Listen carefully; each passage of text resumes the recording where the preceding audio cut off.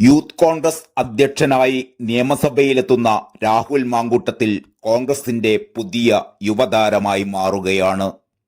കോൺഗ്രസിൽ മുൻനിരയിലേക്ക് കടന്നിരിക്കാൻ ഷാഫി പറമ്പിലിനെ പ്രാപ്തനാക്കുന്ന വിജയം കൂടിയാണ് പാലക്കാട്ടേത്. അതുകൊണ്ടുതന്നെ പാലക്കാട്ടെ മിന്നും ജയം കോൺഗ്രസ് രാഷ്ട്രീയത്തിലെ ബലാബലത്തിൽ പ്രതിപക്ഷ നേതാവ് വി.ഡി. സതീശനെ കൂടുതൽ ശക്തനാക്കുമെന്നതിൽ യാതൊരു സംശയവുമില്ല.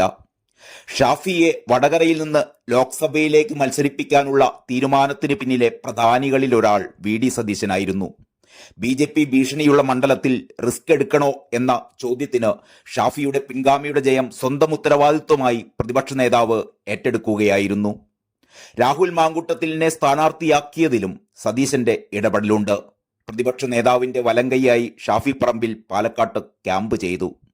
കെ.പി.സി.സി. President K. സുധാകരനും സതീശനുമിടയിലെ പോര് പലകുറി മറനീക്കി പുറത്തു വന്നെങ്കിലും ഒടുവിൽ കോൺഗ്രസിലും യു.ഡി.എഫിലും കാര്യങ്ങൾ സതീശനിൽ കേന്ദ്രീകരിക്കപ്പെടുന്നതാണ് നമുക്ക് കാണാനായത്. താഴെത്തട്ട് മുതൽ വളരെ കൃത്യമായിരുന്നു കോൺഗ്രസിന്റെ ആസൂത്രണങ്ങൾ. ബൂത്തുകളെ A-B-C വിഭാഗങ്ങളായി തരംതിരിച്ചു. വോട്ട് ചേർക്കാനും വോട്ട് മാറ്റാനും ബൂത്തുകളിൽ സംവിധാനമൊരുക്കി. തിരഞ്ഞെടുപ്പ് പ്രഖ്യാപിച്ച ഉടൻ തന്നെ സ്ഥാനാർത്ഥിയെ പ്രഖ്യാപിക്കാനായി. അടുത്ത ദിവസം മുതൽ പ്രചാരണ പരിപാടികളും ഷെഡ്യൂൾ ചെയ്തു. ബൂത്ത് തലം മുതൽ നിയോജകമണ്ഡല തലം വരെ ദിവസവും റിവ്യൂ മീറ്റിംഗ് നടത്തി. നൂറുകണക്കിന് കുടുംബയോഗങ്ങൾ സംഘടിപ്പിച്ചു.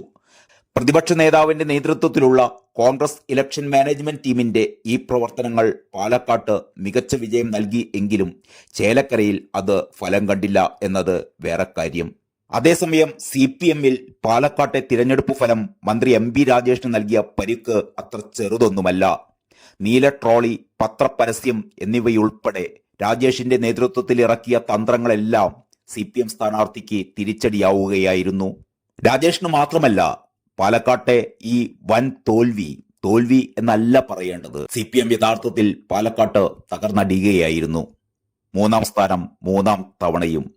പിണറായിക്കും പാർട്ടി സെക്രട്ടറി MV ഗോവിന്ദനുമൊക്കെ ഇത് കനത്ത തിരിച്ചടി തന്നെയാണ്. ചേലക്കരയിലെ വിജയം ഭരണവിരുദ്ധ വികാരമില്ലെന്നതിന്റെ തെളിവായി പാർട്ടി ചൂണ്ടിക്കാണിക്കുമ്പോൾ പാലക്കാട്ട് പിന്നെ എന്താണ് പറ്റിയത് എന്ന ചോദ്യം വളരെ സ്വാഭാവികം.